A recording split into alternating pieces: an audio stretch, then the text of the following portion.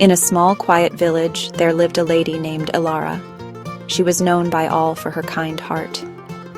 Elara believed that helping others was the most important thing in life. She always had a warm smile for everyone she met. Her hands were always busy, mending torn clothes for children or baking bread for families who had little to eat. She did not have much money herself, but she shared everything she had. People said her kindness was like a gentle spring rain. It fell softly and made everything around it grow. She never asked for anything in return for her good deeds. Her only wish was to see others happy and well. Elara's days were filled with acts of service. She would wake up early in the morning to tend to her small garden. She grew vegetables not just for herself, but for anyone who needed them. If she heard someone was sick, she would be the first to arrive with a bowl of hot soup. She would sit with the elderly and listen to their stories for hours. Her home was a place of comfort for all. The door was always open and the teapot was always warm. Elara's generosity was a constant source of light in the village. Her simple acts of kindness created ripples of goodness that touched many lives in her community. The children of the village loved Elara dearly. They would often follow her as she went about her day. She would tell them stories of brave knights and wise animals. She taught them how to be kind to one another and to nature. She showed them how to care for injured birds and how to plant seeds. Through her actions, she was teaching the next generation the value of compassion. Elara believed that kindness was a seed. If you planted it in the hearts of children, it would grow into a forest of goodness. She saw the future of the village in their bright and hopeful eyes. Elara's kindness was not just a habit, it was who she was. It was in her every word and every action. She saw the good in every person, even when it was hard to find. She believed that a little bit of help could change someone's day. It could even change someone's life. Her philosophy was simple: give what you can, whenever you can. She did not seek praise or recognition for her efforts. The happiness she saw on the faces of others was her greatest reward. Her life was a beautiful example of how one person's selflessness could make the world a better place for everyone. Next door to Elara lived a man named Marcus. He was a man who always seemed to find himself in trouble.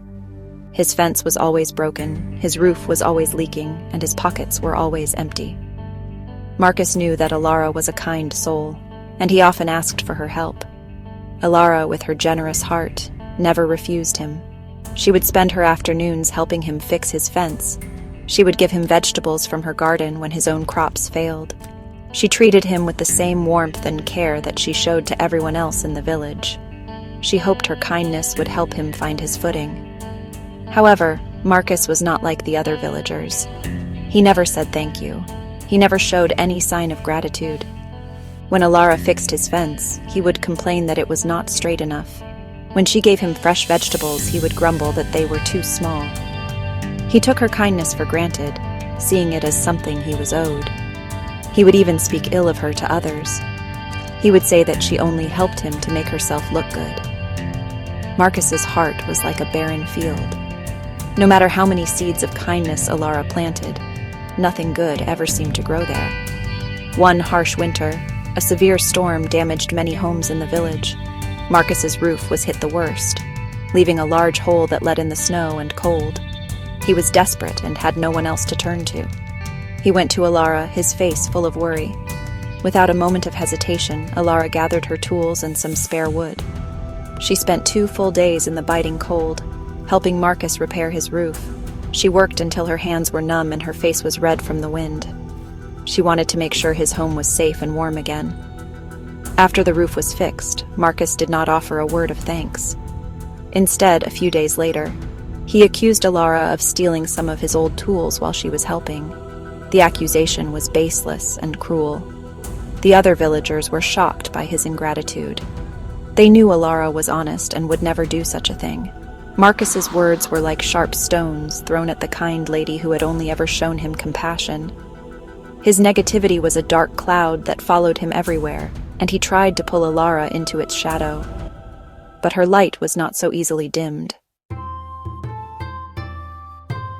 Elara was a human being, and Marcus's words did hurt her. She felt a sting of sadness each time he was ungrateful. His complaints and accusations were a heavy weight on her spirit. After he accused her of stealing, she went home and sat by her fireplace. She felt a deep sense of disappointment. She wondered why her kindness was met with such bitterness. For a moment, she thought about stopping. She considered closing her door to Marcus forever. It would be easier, she thought, to only help those who were thankful. The pain of his ingratitude was a difficult burden to carry.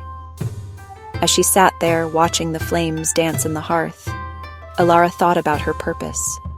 She remembered the smiles of the children and the grateful tears of the elderly. She thought about the warmth she felt in her own heart when she helped someone in need. She realized that her kindness was not a transaction. It was not something she gave in order to receive thanks. It was a reflection of who she was. Her kindness was a gift she gave freely, without expecting anything in return. To stop being kind to Marcus would be like asking the sun to stop shining on a cloudy day. Elara understood that Marcus's bitterness was his own burden to bear. It was a reflection of his own unhappiness, not a reflection of her worth. His negativity was a cage he had built around himself. Her kindness was an offer of a key to that cage. Whether he chose to use the key was his decision, not hers. She could not force him to be grateful. She could only continue to be herself. She decided that she would not let his darkness extinguish her light.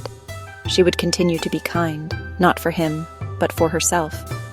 Her integrity was more important than his approval. This realization made Elara stronger. Her kindness was no longer just a soft, gentle thing. It became a form of strength, a shield against the negativity of the world. It was an act of courage to continue being good to someone who was cruel. It was a quiet rebellion against bitterness and hate. She chose to rise above his behavior. The next day, she saw Marcus struggling to carry a heavy sack of grain. Without a word, she walked over and helped him carry it to his door. She smiled her usual warm smile, said nothing of his past actions, and walked away, her spirit lighter than before.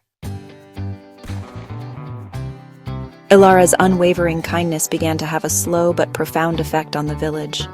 People watched how she treated Marcus. They saw her patience and her grace in the face of his constant negativity. Her example taught them a powerful lesson. They learned that kindness is not about how others treat you. It is about who you choose to be. Her actions inspired others to be more patient and forgiving in their own lives. They saw that true strength was not in returning anger for anger, but in responding with compassion. Her spirit became a guiding light for the entire community. Her persistence also strengthened her own character. Each time she chose kindness over anger, her spirit became more resilient. It was like a muscle that grew stronger with every use. She found a deep sense of peace within herself. This peace came from knowing she was living according to her own values. She was not swayed by the storms of other people's emotions. Her happiness was not dependent on their gratitude. She found joy in the act of giving itself. This inner strength made her an even more powerful force for good in the village, a calm and steady presence for all. Years passed, and Elara continued her selfless work. One day, an old and weary Marcus fell gravely ill. No one else would go near him, for he had pushed everyone away. But Elara went to his side.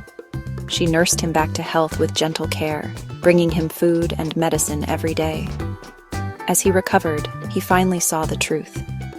He saw her endless, unconditional kindness. With tears in his eyes, he finally whispered, "Thank you." It was the first time he had ever shown gratitude. In that moment, Elara's persistence had finally broken through his wall of bitterness. The moral of this tale is clear. True kindness is not a reward for good behavior. It is a gift given from the heart. It is easy to be kind to those who are kind to us, but the real test of our character is how we treat those who are not. By choosing kindness, even in the face of ingratitude, we do not weaken ourselves. We build an unbreakable spirit. We become a source of light for others and find a deep and lasting peace within ourselves. Let your kindness be like the sun. Let it shine on everyone, without condition and without expectation.